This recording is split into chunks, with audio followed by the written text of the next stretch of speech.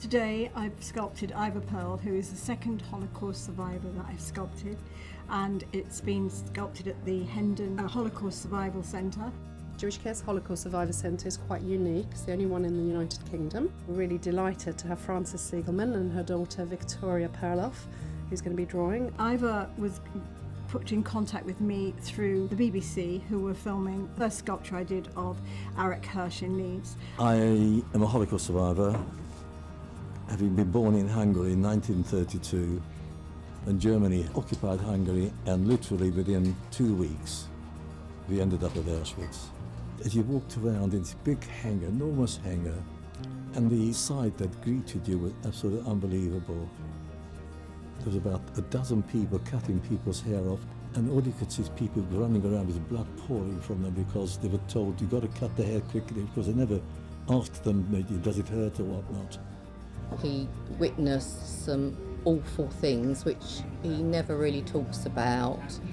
He's never been shown any bitterness or anger or self-pity at what he went through. Coming from a family of 11, 9 brothers and sisters, my mother and father, out of which only my brother survived. Survivors don't really worry about dying and ageing. They've seen more death than any of us. Really what they want to do is make sure that their legacy is here. And what Frances is doing today and Victoria is enabling them to maintain their legacy forever, which is really powerful.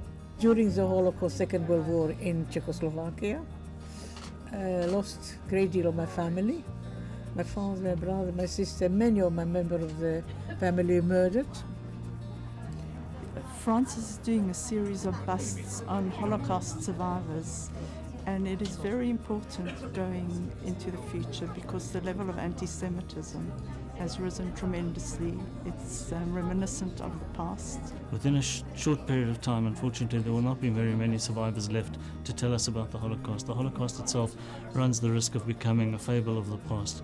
We need people to tell us what has happened. We need the stories to be recorded, to be written down, and to be used to educate people, to tell them what has happened so we can learn about it for the future. The new generation who knows so little about it. So yes, we have to tell the story as often as possible. Without the survivors, the documented evidence in books is powerful, but it's just nowhere near as powerful as hearing it firsthand. It's awe-inspiring to see the quick and the lightness of her work, and at the same time the details that she's going into. It's very difficult to produce a bust in the short period of time that Frances does, and the likeness to the subject is absolutely phenomenal. To be able to connect and then come out with a bust that shows his likeness and his personality without him saying a word at that point shows a deeper meaning from Frances's side, and she's really connected.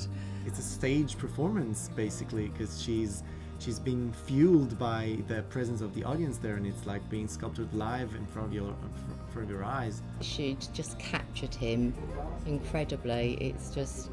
It's really a very emotional, moving thing to watch. This piece of clay just come to life and be my dad. She's captured every essence of him. It's just, and to do it in such a short space of time, I'm total awe of her.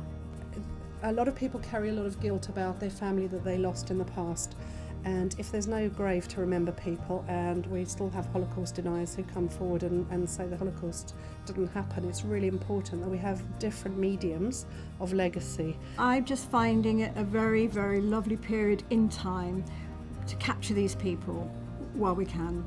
My father is an incredible person. What he has endured and gone through, and how he's managed to survive it all, is just amazing. I can say quite sincerely, none of us will ever sort of forget about it until the day we die. Just by being here today and doing this event, which is what Frances does, has enabled a whole group of people who've known nothing about this centre to be connected. What I find very, very hurtful is what humanity can allow themselves to do if they don't take heed.